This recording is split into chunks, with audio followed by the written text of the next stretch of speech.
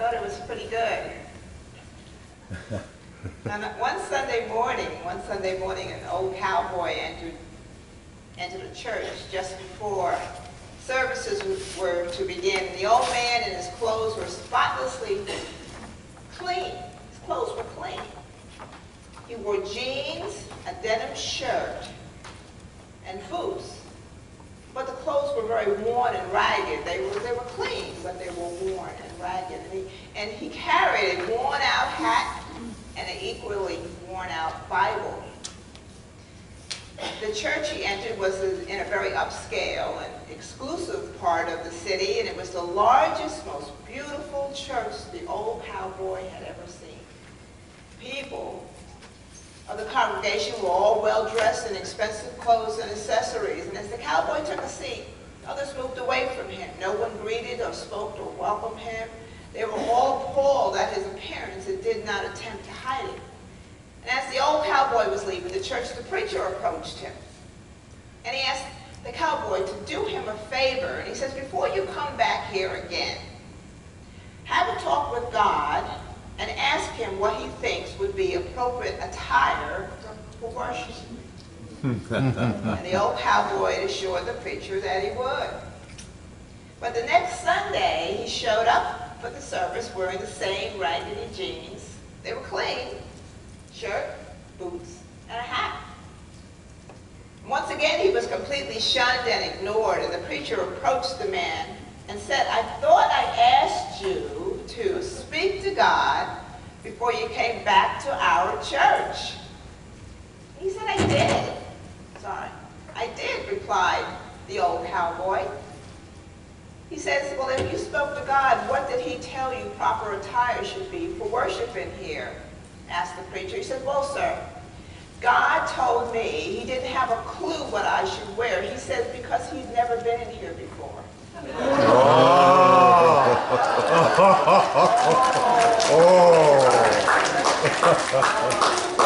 you are. Come as you are. Come as you are. Now this story has nothing to do with my sermon. But it was good. It was really, really, really cute. But I know that God is with us. God is with all of us. Amen. Here at Lady Lake. And I dare say that a hedge was put around us. I don't know whether I am right in saying that, because there was minimal damage, if any. No fatalities that I heard of. Church buildings are fine. And we all stood in the storm. I can't say that I was a little unnerved over the night, Sunday into Monday night. I was, as Nate and I sat there in the parsonage, and we took the necessary shelter that was needed. I don't think we really panicked too much, because we knew that what? God was with us. Say it. God's with us. God was with us. And even though we knew the storm was over us, God was with us. This is not the sermon that I prepared for the 10th of September when the storm hit. But I was doing some reading on I don't know, it was Facebook or whatever, and somebody talked about butterflies, and I thought about butterflies. We have stories this weekend to tell one another, and Nate and I, our story, I'll tell you our story. We have two cats, Oscar and Maya. I mentioned Oscar and Maya. They're our babies. We have 4 kids and 11 grandchildren and 2 great-grandchildren, but Oscar and Maya are our babies. We spoil them. Mm-hmm. Nate grooms Oscar with a comb. What do you brush? I don't know what you do. Oscar just sits there and gazes into Nate's eyes as he's doing that. But they're our babies, and we decided to hunker down there in the house. And the parsonage, as you know, has some trees over the roof. Big trees, big trees. So when the wind picked up, and we were sitting there in the living room, we had shut all the doors like we were supposed to do, sit in the middle of the house, and we started hearing this stuff on the roof.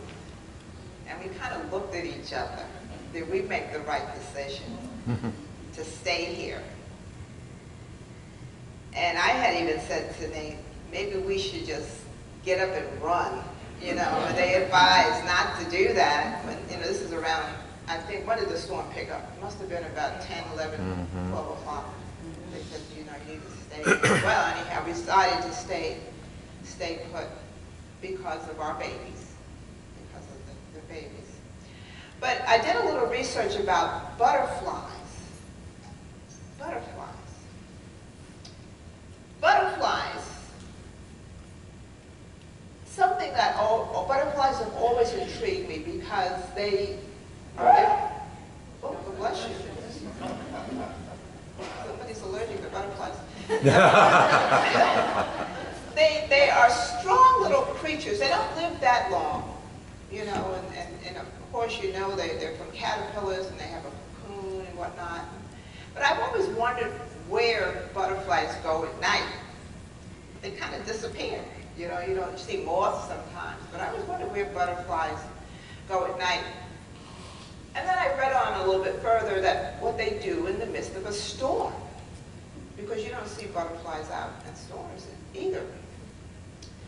But when storm clouds start gathering, butterflies, they find shelter.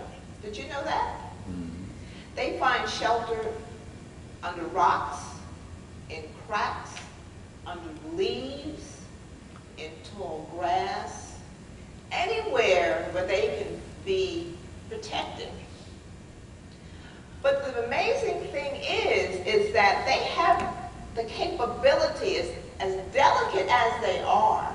You know, you can pick up a butterfly and their wings sort of like dust.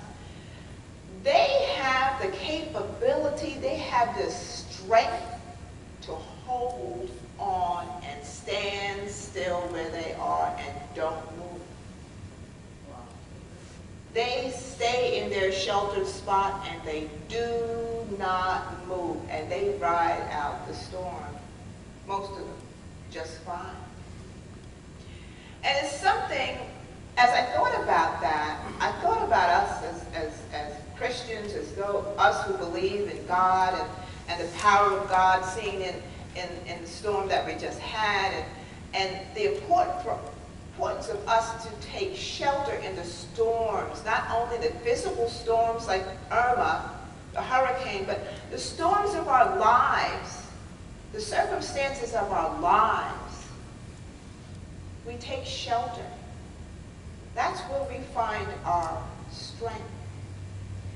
And we are called to stand still, not to move from that shelter, because once we move out from that shelter, all things can happen. The psalmist says that God, this is out of Psalms 46 that was just read, so God is our refuge and strength and ever-present in time of trouble. Therefore we will not fear, though the earth give way and the mountains fall into the heart of and the waters roar and the foam and the mountains quake of their surging, we stand still.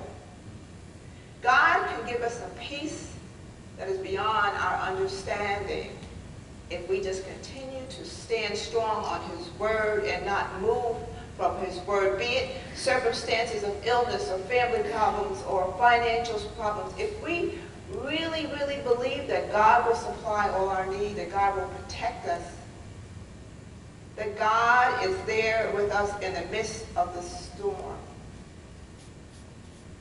And even though after the storm there might be remnants of the storm left, brokenness, broken lives, broken homes, broken bodies, sick bodies, if we continue to hold on, we have to remember that God is there with us in our sheltered spot. So I'm not keeping you long this morning because actually I did my sermon on my iPhone. Can you imagine doing a sermon on an iPhone that you email to yourself, to your computer when your lights come on?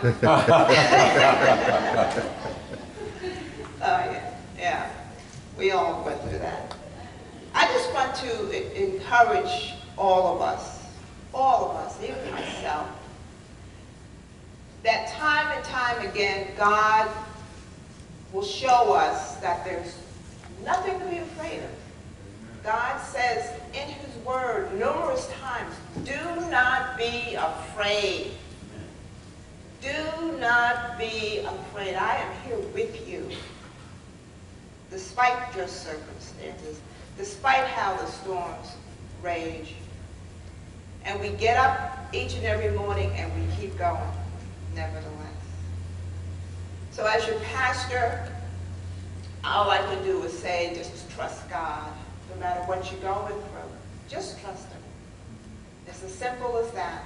To trust the Lord who loves us so much and cares so much for us, that He sent His Son to die for the sins of the world, so that we may have relationship with Him.